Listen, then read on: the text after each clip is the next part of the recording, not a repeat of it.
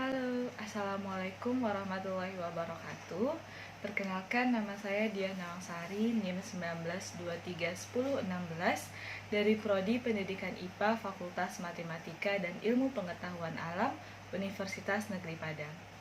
Baiklah, pada kesempatan hari ini saya akan mereview sebuah video dari YouTube Bapak Hanif Al-Qadri, MPD, selaku dosen dari mata kuliah Administrasi dan Supervisi Pendidikan. Nah, judul dari video pada hari ini adalah Konsep Dasar Supervisi Pendidikan di Sekolah. Nah, yang pertama itu adalah pengertian dari supervisi. Kira-kira apa ya pengertian dari supervisi itu?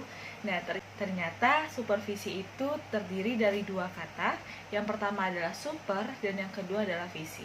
Nah, super itu berarti segala sesuatu yang nilainya melebihi kapasitas normal. Sedangkan pengertian dari visi itu diambil dari bahasa Inggris yang berarti vision, yang artinya itu adalah pandangan yang jauh ke depan. Jadi dapat kita simpulkan bahwa supervisi itu adalah suatu usaha yang bertujuan untuk menstimulasi, merangsang, melakukan koordinasi, melakukan pembimbingan secara kontinu atau berkelanjutan dan terus-menerus terhadap pertumbuhan para guru yang ada di sekolah, baik secara individu maupun secara kolektif atau berkelompok. Nah, hal ini bertujuan agar siswa lebih mengerti, lebih paham, dan efektif dalam mewujudkan keseluruhan fungsi-fungsi pembelajaran yang ada di sekolah. Nah, menurut para ahli yaitu Burton dan Bruckner, kegiatan supervisi itu adalah suatu teknik pelayanan yang tujuan utamanya itu adalah untuk mempelajari dan memperbaiki secara bersama-sama berbagai faktor yang ada yang mempengaruhi pertumbuhan dan perkembangan anak dalam proses pembelajaran di sekolah. Nah, yang kedua, tujuan dari supervisi itu sendiri. Kira-kira apa ya tujuan dari supervisi? Tujuan dari supervisi yang pertama itu adalah memberikan layanan dan bantuan untuk meningkatkan kapasitas dan kualitas mengajar guru di sekolah. Nah, sasaran supervisi pendidikan yang ada di sekolah menurut beberapa para ahli, yang pertama itu adalah untuk mengembangkan kurikulum, yang kedua meningkatkan proses pembelajaran, yang ketiga mengembangkan seluruh staf yang ada di sekolah atau mengembangkan seluruh tenaga kerja yang ada di sekolah, baik itu guru, pegawai tata usaha, dan anggota yang terlibat langsung terhadap perkembangan sekolah. Nah, yang ketiga adalah prinsip dari supervisi.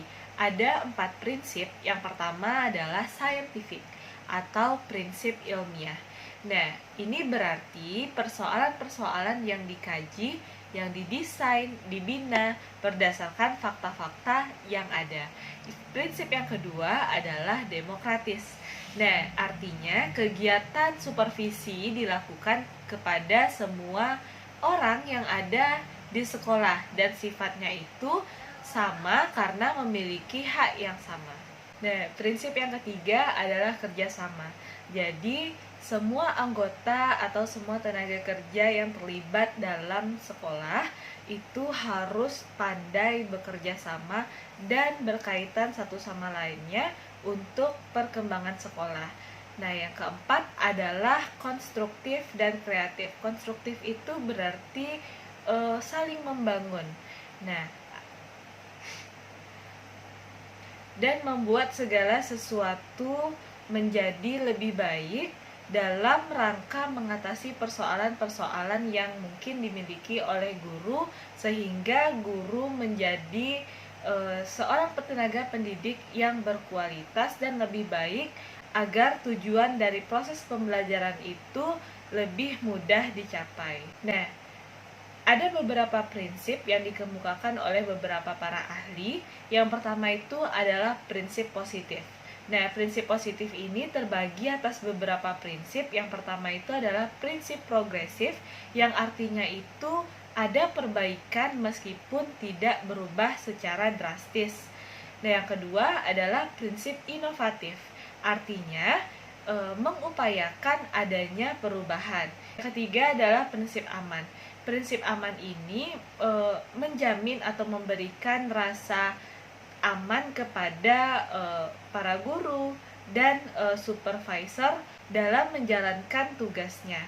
Yang keempat adalah prinsip reflektif. Prinsip reflektif ini memberikan kesempatan untuk mengevaluasi dari kedua belah pihak, baik yang melakukan supervisi maupun yang disupervisi. Yang kedua adalah prinsip negatif. Nah, ada beberapa definisi yang menyatakan bahwa prinsip itu negatif. Yang pertama, bahwa supervisi itu tidak boleh dilakukan secara otoriter. Yang kedua, supervisi tidak boleh mencari-cari kesalahan.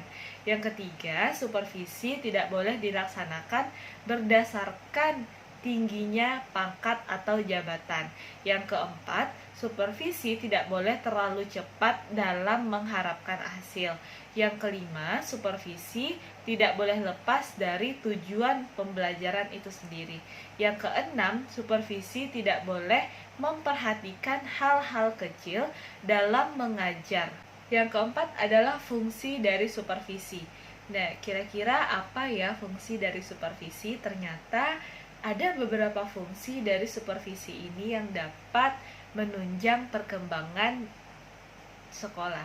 Yang pertama adalah mengkoordinasi semua usaha sekolah. Yang kedua, melengkapi kepemimpinan sekolah. Yang ketiga, memperluas pengalaman guru. Yang keempat, menstimulasi atau merangsang usaha kreatif yang ada di sekolah. Yang kelima, memberikan stimulasi dan penilaian. Yang keenam, menganalisis situasi belajar mengajar di sekolah. Yang ketujuh, memberikan pengetahuan dan keterampilan kepada staf di sekolah.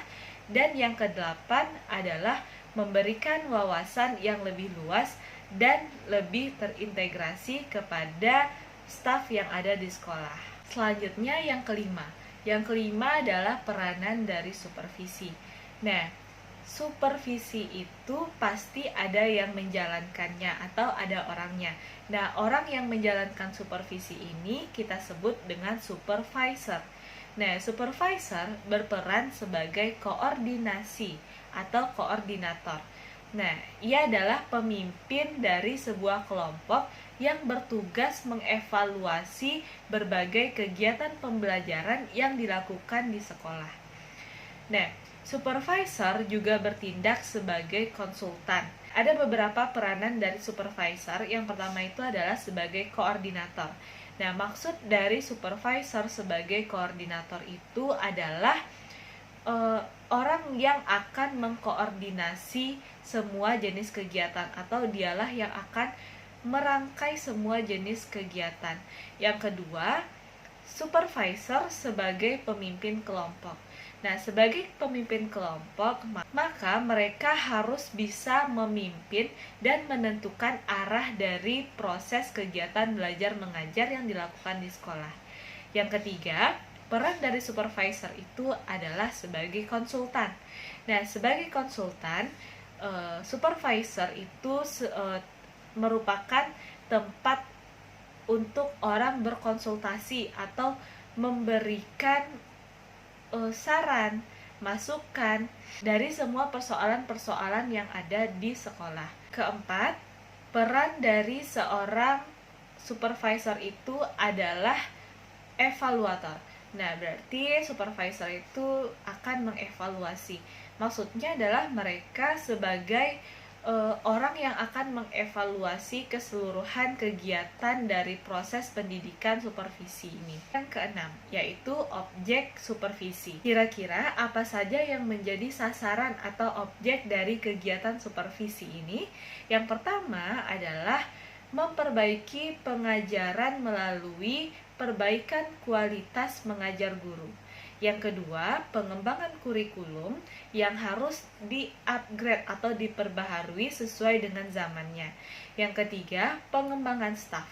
Pengembangan staf ini berarti kita bisa mengupgrade atau memperbaharui tenaga kerja yang ada di sekolah, baik itu mungkin guru atau pegawai tata usaha. Yang keempat adalah pemeliharaan dan perawatan moral serta semangat kerja guru. Baiklah, sekian video review dan mengenai konsep dasar supervisi pendidikan di sekolah. Semoga teman-teman bisa paham dan mengerti dengan penjelasan yang sudah saya jelaskan. Kelas saya Diah Nawangsari, mohon undur diri apabila ada kesalahan, mohon dimaafkan. Semoga videonya bermanfaat. Terima kasih. Assalamualaikum warahmatullahi wabarakatuh.